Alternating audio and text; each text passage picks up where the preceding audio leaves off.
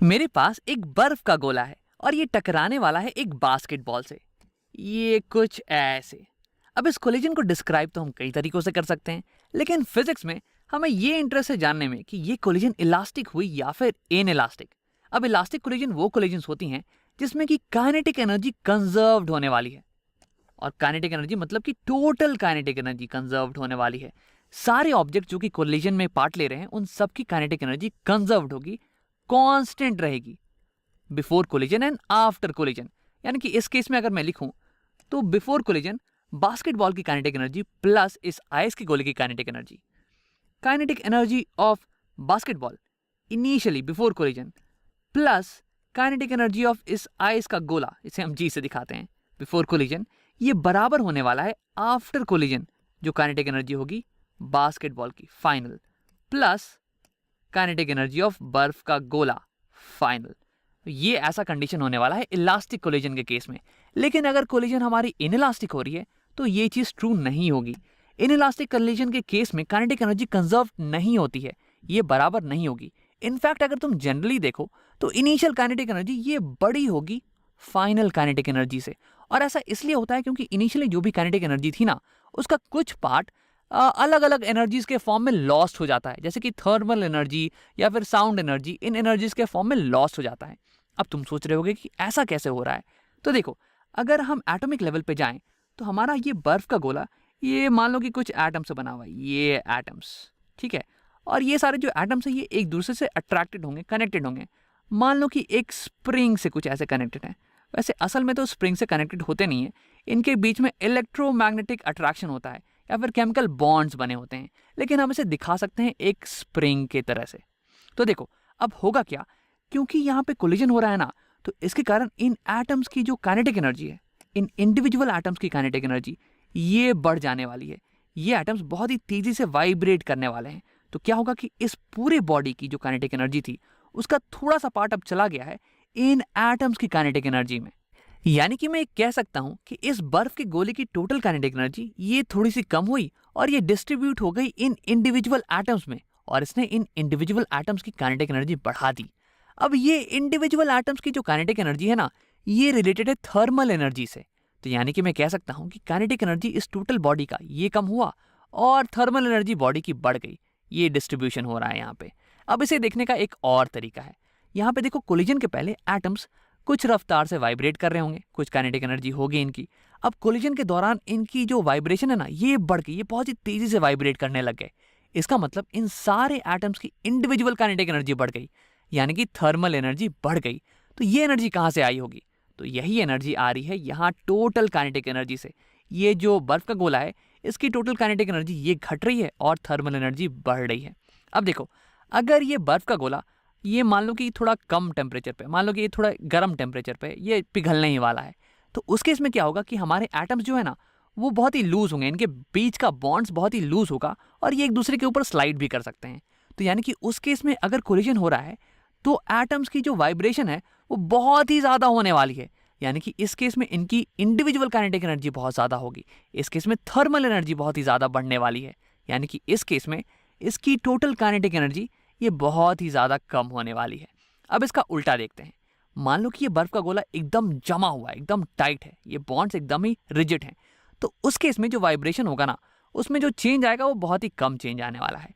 यानी कि thermal energy बहुत ही कम बढ़ेगी।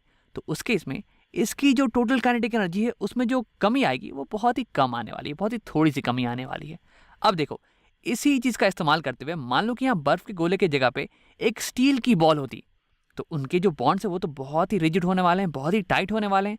तो इस केस में जो वाइब्रेशन होगा, ये एटम्स का वाइब्रेशन, वो बहुत ही कम चेंज होने वाला है उसमें। यानी कि थर्मल एनर्जी बहुत ही कम बढ़ने वाली है, बिल्कुल ही कम। तो मैं कह सकता हूँ कि इस केस में जो काइनेटिक एनर्जी थी कोलिजन के पहले, तो कोलिजन के दौरान, कोलिजन के बाद वही काइनेटिक एनर्जी रहने वाली है स्टील बॉल की। यानी कि इस केस में कोलिजन हमारा इलास्टिक होगा। लेकिन तुम ये सोच रहे होगे कि इन इलास्टिक कोलिजन में भी तो काइनेटिक एनर्जी कंजर्व्ड ही है। वो अलग बात है कि यहाँ पे बॉडी की काइनेटिक एनर्जी थोड़ी सी कम हो जाती है, लेकिन जितनी कमी आई वो यहाँ पे डिस्ट्रीब्यूट हो गई ना, वो एनर्जी इन एटम्स की काइनेटिक एनर्जी को बढ़ाने में खर्च हो गई। लेकिन फिर भी टोटल अगर हम काइनेटिक एनर्जी को देखें तो ये तो कंजर्व्ड ही रहने वाली है। हाँ, तो तुम्हारी बात थोड़ी बहुत सही है, लेकिन देखो, जब हम यहाँ पे काइनेटिक एनर्जी ऑफ बॉडी लिखते हैं तो हम लिखते हैं kinetic energy of macroscopic body, न कि इंडिविजुअल एटम्स की काइनेटिक एनर्जी। काइनेटिक एनर्जी का फॉर्मूला होता है हाफ mv स्क्वायर, जहाँ पे v हो गई speed of the body, speed of the body in a direction, न कि speed of individual atoms and molecules. तो हाँ, अगर ऐसे हम देखें तो जो काइनेटिक एनर्जी है वो तो कंजर्व्ड ही है। मैक्रोस्कोपिक काइनेटिक एनर्जी बदल जाती है माइक्रोस्कोपिक काइनेटिक एनर्जी में, लेकिन फिर भी जब हम काइनेटिक एनर्जी की बात कर रहे हो, बॉडी की काइनेटिक एनर्जी, तो केवल हम एक मैक्रोस्कोपिक बॉडी की काइनेटिक एनर्जी से कंसर्न रखेंगे। तो आओ क्या करते हैं, कुछ नंबर्स लेते हैं और इसे सॉल्व करके देखते हैं कि क्या होता है। तो सबसे पहले मैं थोड़ी सी जगह बना लेता हूँ, इन एटम्स को हटा देता हूँ। अब देखो, ये बर्फ का गोला यहाँ पे है। अब हमारे पास ये दोनों जो बास्केटबॉल और गोला है ये टकराने वाले हैं। इनकी वेलोसिटी मुझे कुछ दी हुई है। ये बर्फ के गोले की वेलोसिटी है कुछ 8 मीटर पर सेकेंड। ये मैं यहाँ लिख लेता हूँ, कुछ 8 मीटर पर सेकेंड इस डायरेक्शन में, 8 मीटर पर सेकेंड। और यहाँ बास्केटबॉल की वेलोसिटी ये दी हुई है 10 मीटर पर सेकेंड, 10 मीटर पर सेकेंड राइट डायरेक्शन में। इस बास्केटबॉल का मास भी दिया हुआ है, ये कुछ 0.65 kgs। और यहाँ पे बर्फ के गोला, इसकी भी मास दी हुई है कुछ 0.45 kgs। अब टकराने के बाद इन दोनों की वेलोसिटी बदल जाएगी।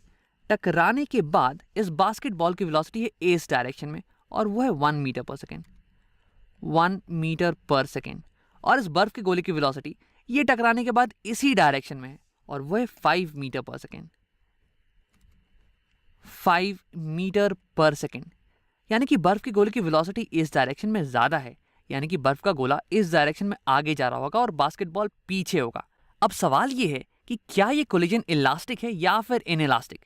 तो बहुत ही कॉमन डाउट ये होता है ना कि क्योंकि लोग सोचते हैं कि यहाँ पे बर्फ का गोला टकराया और टकरा के इसने रीबाउंड कर लिया, रीबाउंस हो गया ये, ठीक है, तो वो कहते हैं कि ये कोलिजन इलास्टिक होने वाला है।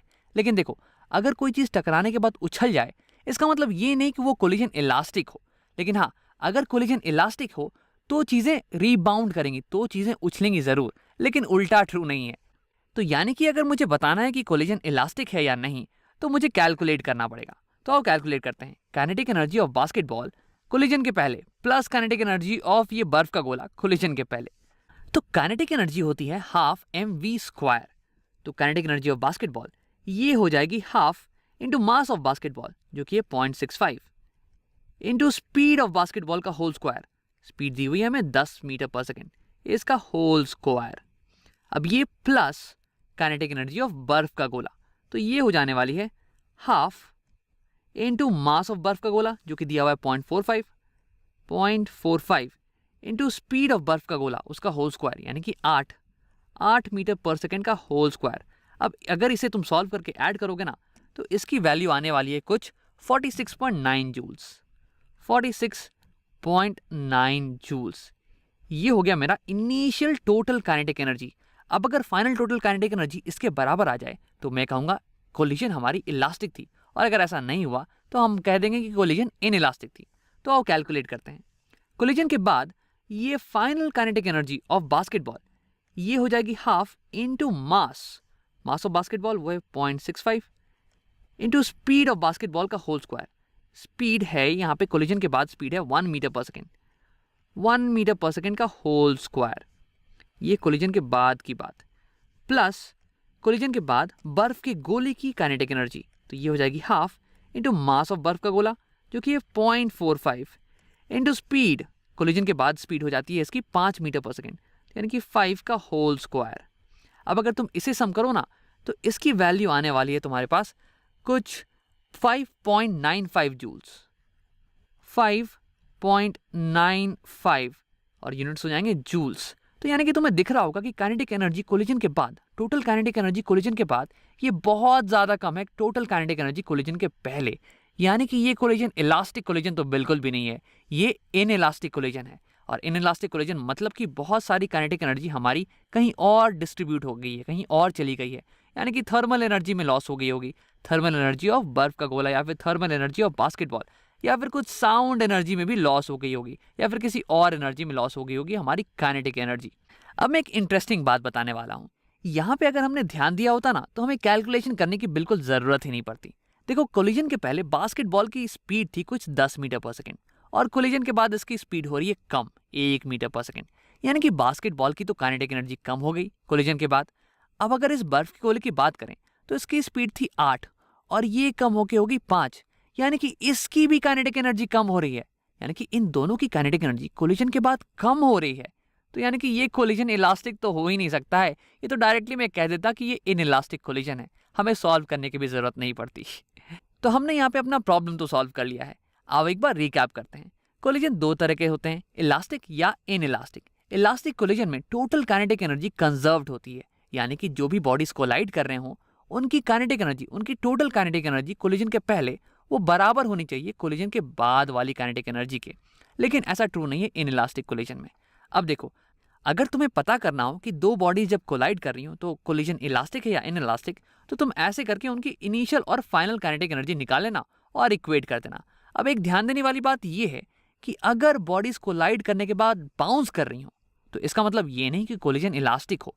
अगर बाउंस भी कर रही हो तो भी कोलिजन इनइलास्टिक हो सकता है। अब आओ कुछ छोटी छोटी इंपॉर्टेंट चीजों को देखते हैं। किन्हीं किन्हीं किताबों में तुम्हें लिखा हुआ मिल सकता है एक नया टर्म, परफेक्टली इलास्टिक और परफेक्टली इनइलास्टिक कोलिजन। अब देखो, परफेक्टली इलास्टिक कोलिजन ये तो कोई नया टर्म नहीं है, ये इलास्टिक कोलिजन को ही रेफर करता है। इस कोलिजन में भी net kinetic energy before collision ये बराबर होगी net kinetic energy after collision. लेकिन परफेक्टली इनइलास्टिक कोलिजन ये एक नया टर्म है। इसमें क्या होता है कि कोलिजन के बाद जो बॉडीज है ना, जो कोलाइडिंग बॉडीज, ये एक साथ चिपक जाती हैं और ये साथ में ही मोशन करती है। जैसे कि इस केस में हमारी बर्फ का जो गोला है ना, ये बास्केटबॉल से जाके चिपक जाएगा और ये दोनों एक बॉडी की तरह साथ साथ मोशन करने लगेंगे। अब एक आखिरी चीज, चाहे इलास्टिक कोलिजन हो रहा हो चाहे इनइलास्टिक कोलिजन हो रहा हो, मोमेंटम हमेशा कंजर्व्ड ही रहता है। मोमेंटम कंजर्व करने के लिए मेरे पास बस एक कंडीशन का होना जरूरी है, और वो ये कि सिस्टम पे कोई एक्सटर्नल फोर्स नहीं होना चाहिए। अगर सिस्टम पे कोई एक्सटर्नल फोर्स है तो वो अगर मेरे किसी भी पार्टिकल की मोमेंटम को चेंज नहीं करे तो मैं कह सकता हूं कि मोमेंटम मेरी कंजर्व्ड है। जैसे कि मान लो यहाँ पे अगर कोलिजन का ड्यूरेशन बहुत ही कम हो तो उस केस में एक्सटर्नल फोर्स के कारण जो चेंज इन मोमेंटम आएगा वो बहुत ही छोटा होगा, उसे हम नेग्लेक्ट भी कर सकते हैं। तो यानी कि कोलिजन अगर इलास्टिक हो या फिर इनइलास्टिक, अगर ड्यूरेशन ऑफ कोलिजन बहुत ही छोटा हो तो मैं मोमेंटम को कंजर्व कर सकता हूँ दोनों ही केसेस में। लेकिन टोटल काइनेटिक एनर्जी ये सिर्फ और सिर्फ कंजर्व्ड होने वाली है इलास्टिक कोलिजन के केस में। इनइलास्टिक कोलिजन के केस में ये कंजर्व्ड नहीं है। लेकिन तुम ये सोच सकते हो कि ऐसा कैसे पॉसिबल है। जब इनइलास्टिक कोलिजन हो रहा था तो बॉडी की काइनेटिक एनर्जी में थोड़ा सा कमी आ गया था, और वो इसलिए क्योंकि एक पार्ट ऑफ काइनेटिक एनर्जी ये डिवाइड हो गई थी एटम्स और मॉलिक्यूल्स की काइनेटिक एनर्जी में। एटम्स एंड मॉलिक्यूल्स बहुत ही तेजी से वाइब्रेट करने लगे थे अब, तो उनकी काइनेटिक एनर्जी बढ़ गई। तो ये एनर्जी आई कहाँ से? तो ये आई थी बॉडी की काइनेटिक एनर्जी से। लेकिन क्या ऐसा ही नहीं हो रहा होगा मोमेंटम के साथ? अब एटम्स एंड मॉलिक्यूल्स कोलिजन के बाद बहुत ही तेजी से वाइब्रेट कर रहे हैं, तो यानी कि इनकी मोमेंटम भी तो बढ़ गई है ना। तो ये मोमेंटम कहाँ से आएगी? ये तो बॉडी की मोमेंटम से आएगी ना। तो बॉडी की मोमेंटम भी तो कम होनी चाहिए। तो बॉडी की मोमेंटम कंजर्व कैसे हो रही है इनइलास्टिक कोलिजन में? तो देखो, एक एटम और मॉलिक्यूल जब कोलिजन के बाद बहुत ही तेजी से वाइब्रेट करता है ना, तो वो बहुत ही रैंडम डायरेक्शन में वाइब्रेट करता है। रैंडम डायरेक्शन में, हर एक डायरेक्शन में इनफैक्ट वो वाइब्रेट करने लगता है। और मोमेंटम एक वेक्टर क्वांटिटी है। अगर मैं इन सारे मोमेंटम का सम करूं तो ये सब कुछ एक दूसरे को कैंसल आउट कर देने वाले हैं और नेट मोमेंटम जीरो होने वाला है इस पार्टिकल का। यानी कि पार्टिकल की मोमेंटम में तो चेंज हुआ नहीं। तो इसलिए मैं कह सकता हूं कि बॉडी की जो टोटल मोमेंटम है ये कंजर्व्ड रहने वाली है, ये सेम रहने वाली है। लेकिन काइनेटिक एनर्जी ये तो एक स्केलर क्वांटिटी है, ये वेक्टर क्वांटिटी नहीं है। तो यानी कि अगर तुम इस पार्टिकल की काइनेटिक एनर्जी निकालोगे तो ये सब कुछ ऐड होकर तुम्हें एक बड़ा नंबर दे देंगे। यानी कि पार्टिकल्स की काइनेटिक एनर्जी ये तो बढ़ गई है और इसलिए total kinetic energy of the body ये कम हो जाएगी। तो इसका मतलब ये हुआ कि कोलिजन इलास्टिक हो या इनइलास्टिक, हमारा मोमेंटम कंजर्व रहने वाला है, लेकिन टोटल काइनेटिक एनर्जी ये केवल इलास्टिक कोलिजन में कंजर्व रहेगी।